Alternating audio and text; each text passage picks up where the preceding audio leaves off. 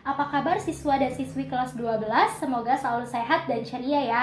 Berjumpa kembali dengan podcast pembelajaran mata pelajaran produk cake dan kue Indonesia bersama saya dan Ibu Anissa. Baik, langsung saja pembelajaran kali ini akan dipaparkan oleh Ibu Anissa. Baik Ibu Anissa, bagaimana kabarnya? Alhamdulillah baik, dan semoga siswa-siswi Ibu juga dalam keadaan sehat, ceria, serta selalu semangat belajar. Nah, pada kesempatan kali ini kita akan belajar tentang bahan penutup kue. Nah, adapun materi yang akan dibahas dimulai dari pengertian bahan penutup kue, jenis-jenis bahan penutup kue, tutorial pembuatan bahan penutup kue, faktor kegagalan dalam pembuatan bahan penutup kue, serta kriteria hasil bahan penutup kue. Wah, menarik sekali ya Bu pembelajaran pada kali ini. Nah Bu, sebenarnya apa sih bahan penutup kue itu? Baik, seperti yang kita ketahui, berbagai jenis kue seperti kue ulang tahun umumnya dibuat dari berbagai jenis dasar kue dan dilapisi dengan bahan pelapis yang berfungsi untuk menutupi kekurangan fisik pada kue. Bahan pelapis bisa juga disebut sebagai bahan penutup kue atau topping. Nah, bahan penutup kue ini merupakan bahan yang menutupi seluruh atau sebagian permukaan produk pastry, bakery, maupun cake. Nah, bahan penutup kue ini sangat beragam jenisnya. Wah, kira-kira apa saja ya Bu jenis-jenis dari bahan penutup kue?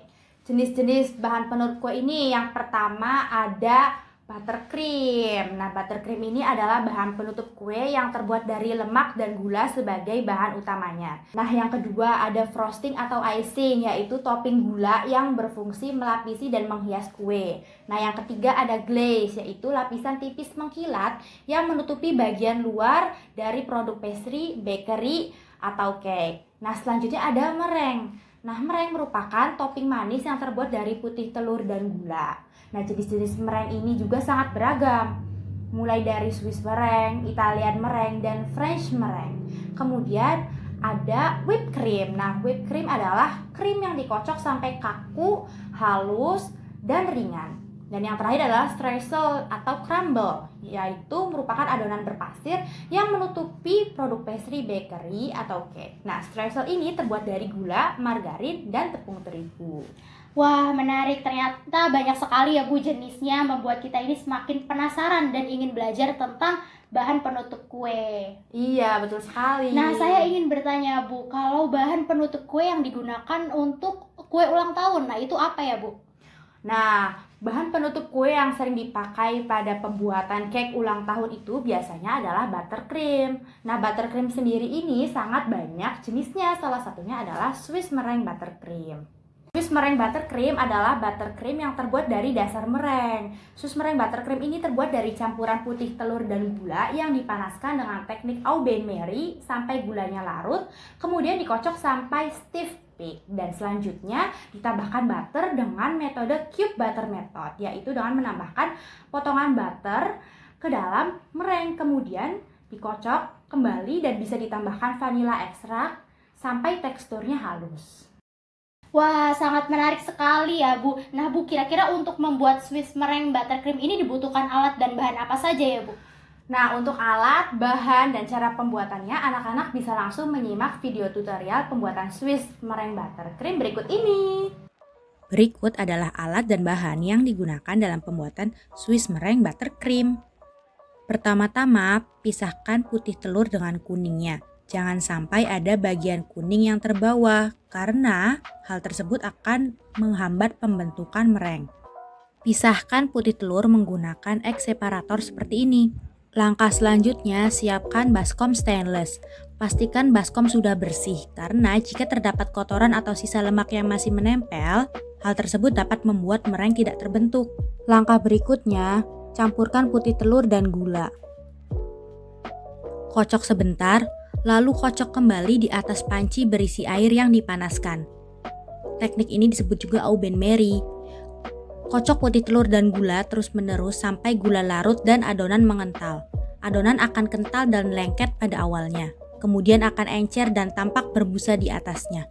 Untuk mengecek apakah adonan sudah siap, dapat dilakukan dengan mengambil sedikit adonan meringue, lalu gosok seperti ini. Apabila sudah tidak ada butiran gula yang terasa, maka adonan meringue sudah siap. Langkah selanjutnya yaitu proses pembuatan merengnya. Kocok adonan mereng selagi masih panas sekitar 10-15 menit sampai mereng tidak panas lagi dan berbentuk stiff peak atau membentuk pucuk yang kaku seperti ini. Apabila adonan mereng sudah suhu ruang, lanjutkan dengan mencampurkan mentega sedikit demi sedikit ke dalam adonan mereng. Teknik ini disebut juga dengan cube butter method.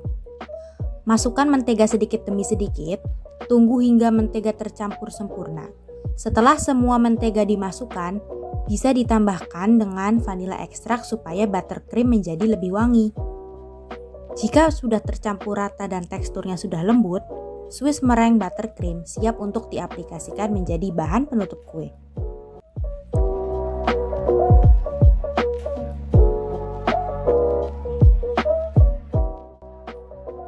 Berikut adalah contoh pengaplikasian Swiss meringue buttercream pada sponge cake. Pada saat mengaplikasikan, saya menggunakan alat bantu seperti turntable, cake spatula, dan juga scraper supaya hasilnya menjadi lebih rapi.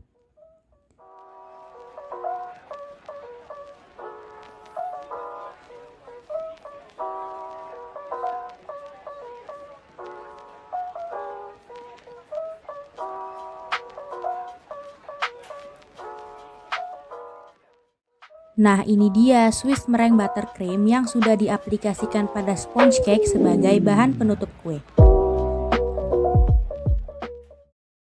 Setelah tadi menyimak video tutorial, kita jadi mengetahui cara membuat salah satu bahan penutup kue yaitu Swiss meringue buttercream. Nah, Bu, kira-kira apa sih bagaimana karakteristik dari Swiss meringue buttercream ini? Nah, karakteristik dari Swiss meringue buttercream yang sesuai adalah teksturnya yang halus, spreadly atau mudah diaplikasikan, rasanya yang buttery, creamy, dan juga tidak terlalu manis. Wah, seperti itu ya, Bu. Nah, dalam proses pembuatan Swiss meringue buttercream ini kira-kira faktor kegagalan apa sih, Bu, yang rentan terjadi?